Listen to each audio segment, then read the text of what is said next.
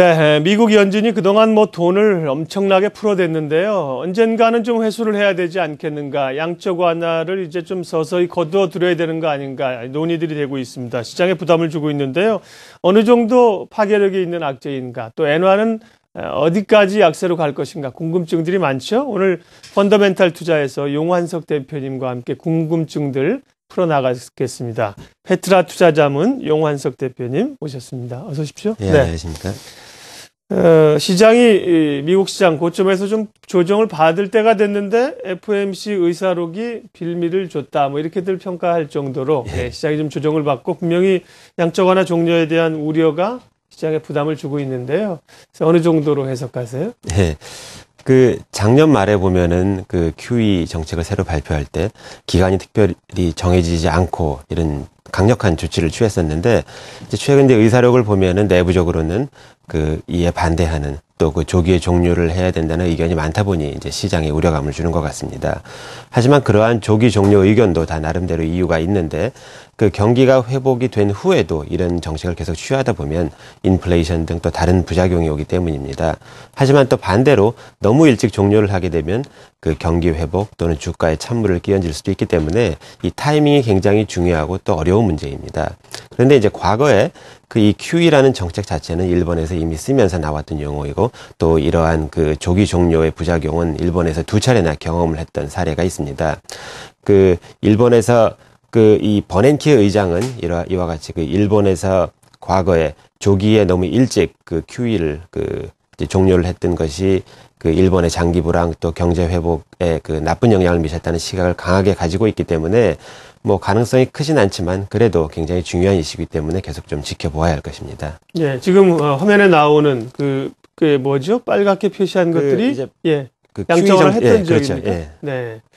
그런 것들을 너무 빨리 경기가 조금 회복세를 보이니까 걷어들이면서 이후에 부담을 줬었다는 거죠. 네, 미국은 그런 전철을 밟지 않아야겠다는 게 버냉키의 시각이고요. 네.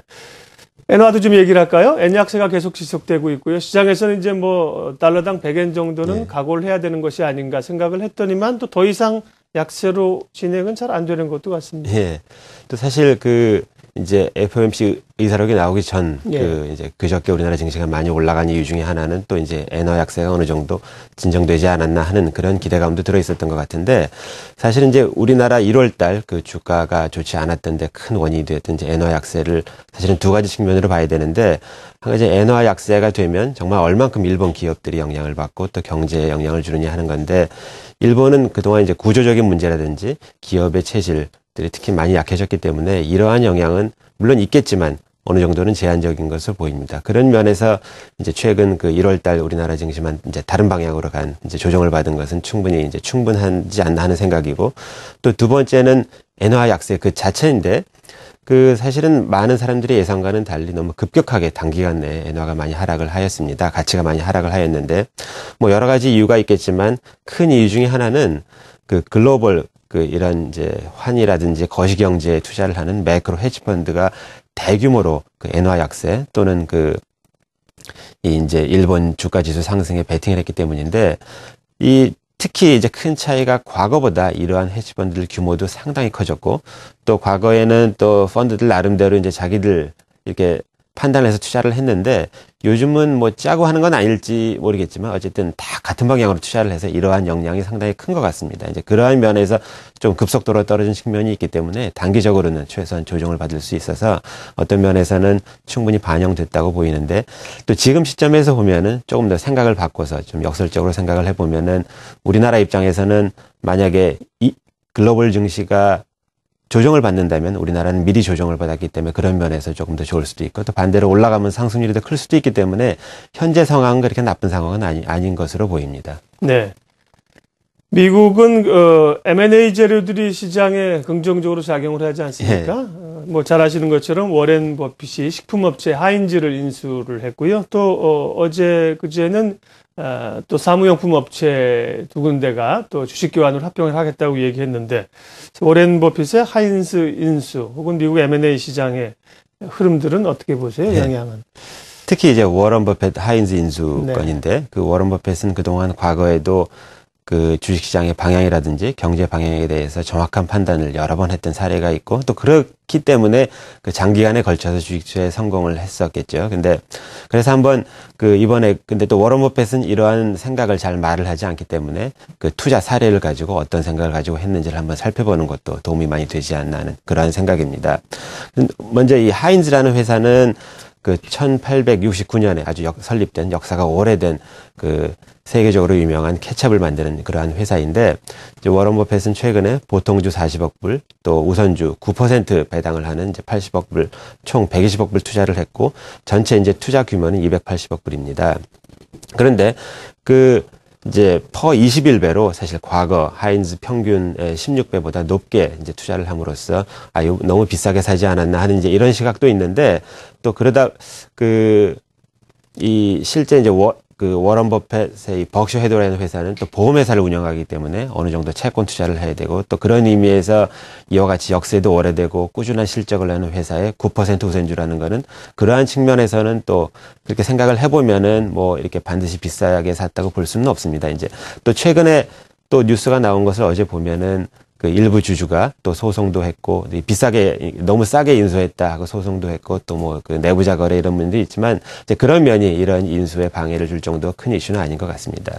어쨌든 최근에 보면은 이 하인즈 인수가 무엇을 의미하는지 여러 가지 해석이 나오는데 첫 번째는 소비재 산업, 식품 산업을 좋게 본 게 아닌가. 또 하나는 또 인수 합병의 화랑 신호로 또 이렇게 시장을 좋게 보는 뭐 이런 여러 가지 시각이 있지만 또 가장 큰 의미는 이제 워런 버핏이 굉장히 낮은 기대 수익률로 투자를 했고 또 고가했다는 얘기죠. 그게 또 최근에 하인즈 이전에도 최근 투자 사례를 보면은 과거에 비해서 좀 가격을 많이 주고 투자를 하는 그러한 경우를 볼 수가 있는데 이 하인즈가 갑자기 뭐 100몇 년 만에 고성장을 하는 회사가 아니라면은 그 이유는 이 저금리 기조가 상당히 오랫동안 지속될 것으로 본다는 시각이 많이 들어있는 것 같습니다.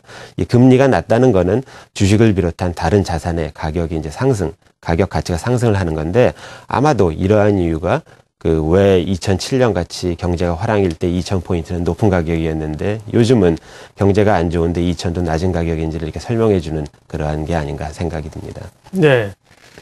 자, 그럼 이제 우리 시장에 대한 이야기와 전략을 마무리해 보겠습니다. 전반적인 시장에 대한 판단은 우리만 소외됐던 차별화 양상은 이제 조금 해소되는 것이 아닌가 그렇게 보셨고요. 종목별 움직임은 어떠세요? 이제 향후 시장을 다시 전착 운동에 주도하는가 아니면 중소형주 중심으로 대응을 해야 되는가?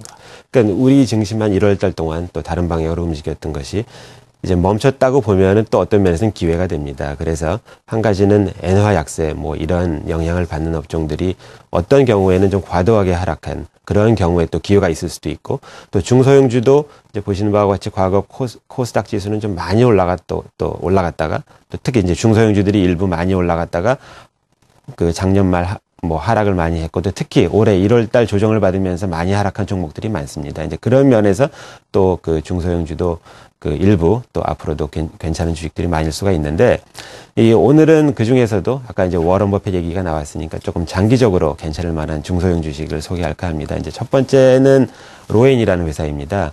그 온라인으로 음원을 유통하는 그 멜론이라는 이제 업계 1위의 서비스를 하는 회사인데 그 최근에 그 음원 가격이 인상되면서 또 이러한 회사들도 가격을 올려서 그 실적이 좋아질 것이라는 그러한 기대감이 있었는데 오히려 반대로 출혈 경쟁이 일어나고 또 가격을 낮추면서 마진이 많이 축소돼서 또 그러한 우려를 주고 있습니다. 하지만 이러한 출혈 경쟁은 좀 장기적으로 보면은 시장의 약자가 이제 퇴출이 되고 이러한 업계 1위 업체는 좀 호재일 수 있기 때문에 좀 장기적인 안목을 갖고 있는 투자들한테는 기회일 수도 있습니다. 그 두 번째는 그 우노앤컴퍼니라는 회사인데 이 회사는 그 이제 가발을 만드는 그 합성사를 만드는 그러한 회사입니다.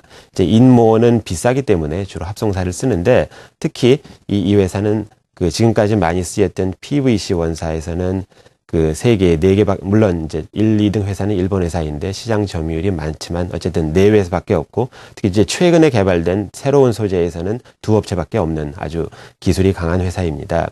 그런데 또 이 특이한 것은 전 세계 가발 소비자의 95%는 흑인들입니다. 아마 이제 머리가 좀 이렇게 곱슬곱슬하고 뭐 이런 게 있어서 네. 가발을 많이 쓰는 것 같은데, 그런데 흑인 인구는 미국 흑인 대비 아프리카 인구는 20배가 넘습니다. 하지만 그 아프리카는 아무래도 이제 그 구매력이 낮기 때문에 실제로 소비는 그 많은 부분 이제 미국에서 미국 흑인들한테 이루어지고 있는데, 앞으로 아프리카 경제가 이제 발전되면은 또 무궁한 이런 그 성장성 잠재력이 있는 그러한 회사입니다. 이제 그런데 최근에 그 이제 업계 1위인 일본 회사에서 그 뭐 기술 뭐 이런 문제로 이제 소송을 했고, 또 소송 비용 뭐 이런 문제 때문에 최근 실적이 좋지 않아서 약간 주가가 그렇게 이제 좋지 않은데, 이 소송 문제도 어떤 면에서는 비용적으로나 또 이 회사 존립에 영향을 줄 그럴 정도는 아니고 그 어느 정도 마무리된 것 같아서 실적 측면이나 그런 면에서 좀 많이 반영이 된 것으로 보입니다. 그런 면에서 장기적으로 괜찮은데 또 최근 이렇게 약간 어려움을 겪고 있는 그런 회사가 아닌가 생각을 해서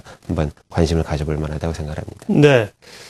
용환석의 펀더멘탈 투자, 페트라 투자자문 용환석 대표님 함께했습니다. 고맙습니다.